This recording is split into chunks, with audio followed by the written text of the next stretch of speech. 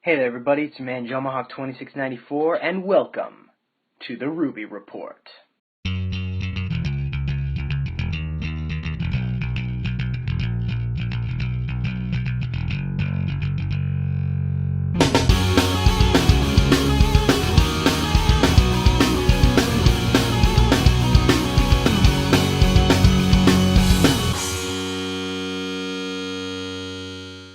So, we finally get the fight between Emerald and Mercury and Coco and Yoshitashi. Quick little addition about the arena, it now splits into 4 separate fighting arenas.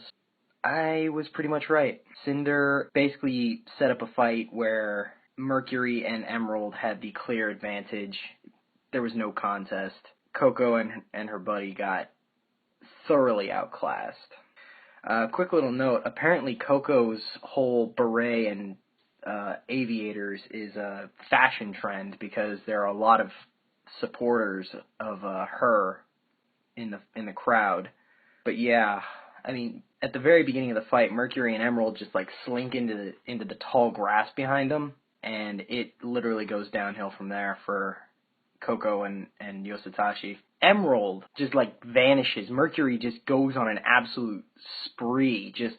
I mean, his legs, man, he is literally Yang's opposite. If you took Yang's upper half and Mercury's bottom half, put them together, you'd have the ultimate brawler. He's breakdancing, making a tornado of the shotgun shots from his boots. At this one point, he wraps one leg around Coco and just goes poof, poof, poof, poof, poof, and like kicks them both 6 times. So he just picks them apart. And then, of course, Emerald whips out her gun chain and just systematically just punishes Coco. Everybody watching, you see Team Sun, Team RWBY, they all agree that Coco and Mercury know what the hell they're doing. It's actually pretty cool to watch, to finally see Emerald and Mercury just not have to hold back. I mean, I'm pretty sure they are holding back a little bit, because if they weren't completely holding back, then Coco and Yoshitashi would be dead. But we do see some sentimentality between the teammates. Coco and Yoshitashi are down, and Fox like has to put his arm on Velvet, just like give her a reassuring stare, despite the fact that we're all pretty sure he's blind. Now, I will say this,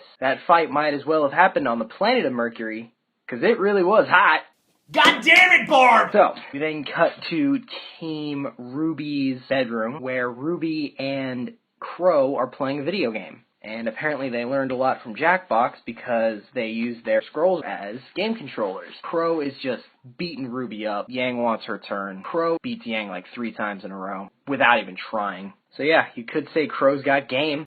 God damn it, Barb! He starts talking about a mission he was on. He was in a town that had a shady bar, looks over, and is instantly defeated by the mere sight of the barmaid's skirt length.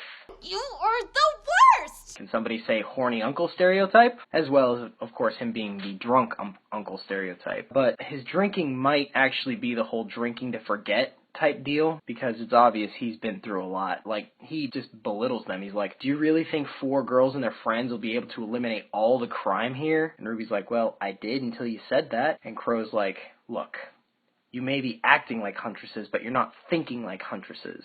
Crime hasn't gone down since you put Torchwick away. It's completely stopped. But that's not a coincidence. You cut off one head of the snake. The other's calling the shots.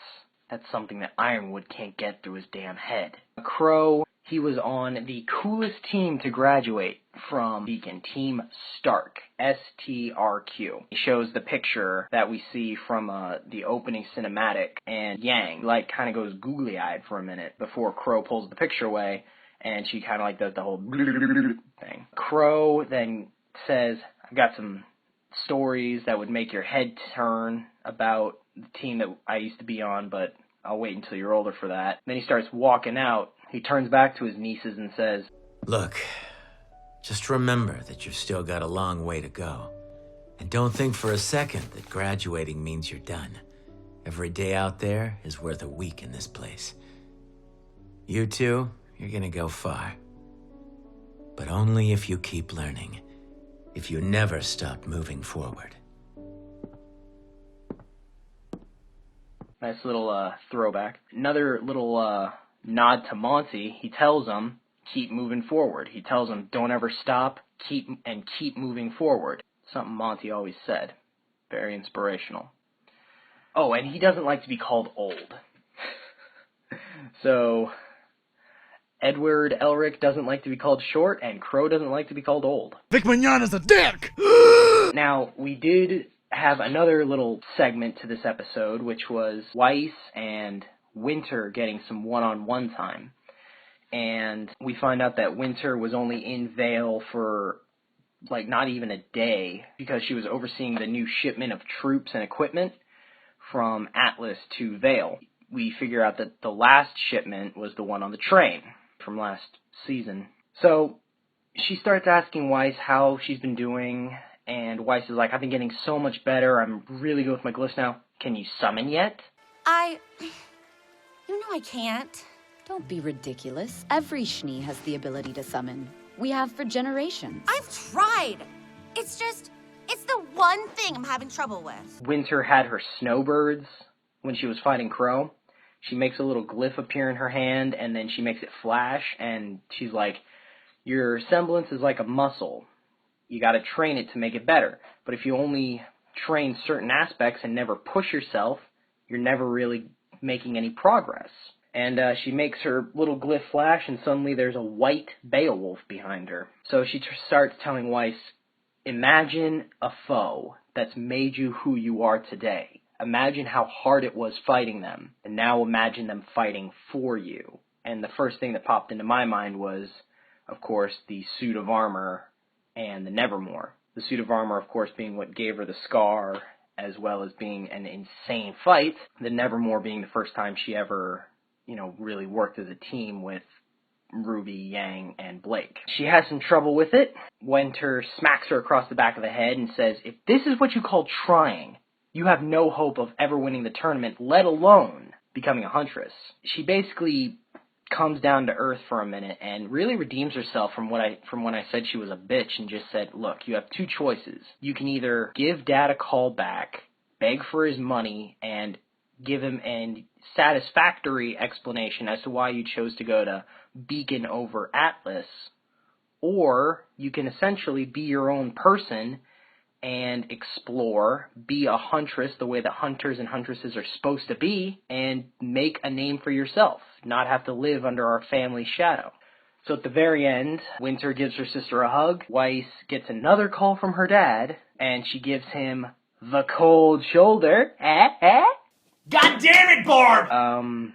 And it pans down to a little crack in the ground where we see a summoned mini version of the sword that the suit of armor was using. So I'm pretty sure that that's going to come into play sooner or later. Weiss be in such an emotional high state, because Winter also said, your emotions can grant you immense power, but you cannot let them dictate your actions, or something to that effect.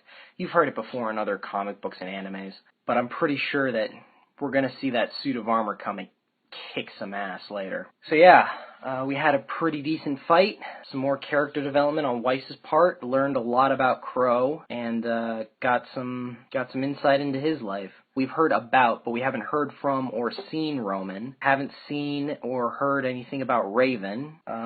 Still have yet to see Penny actually fight in the tournament. Although if you go back to when Cinder was making the match between Emerald and Mercury and Yoshitashi and Coco, it scrolls through a couple of other teams, and you see two members of Team CRDL, and I didn't see Cardin in there, but I think it was Dove and one of the other members, and you also see Penny with some other person. So we know that Penny's gonna be fighting sooner or later. I'm still waiting to see where Cinder's going with this whole infiltrating the Vital Festival. Really looking forward to next week. Hopefully it'll be about 2 more episodes or so, 2 or 3 more episodes before we get another World of Remnant. By the time we get to that point, we'll have another massive cliffhanger, because that's what Rooster Teeth loves to do, loves to set up some amazing cliffhanger and then make us mull it over for another week while they either give us a PSA or a World of Remnant. But until then, don't crow anywhere, because we'll be back next week. God damn it, Barb!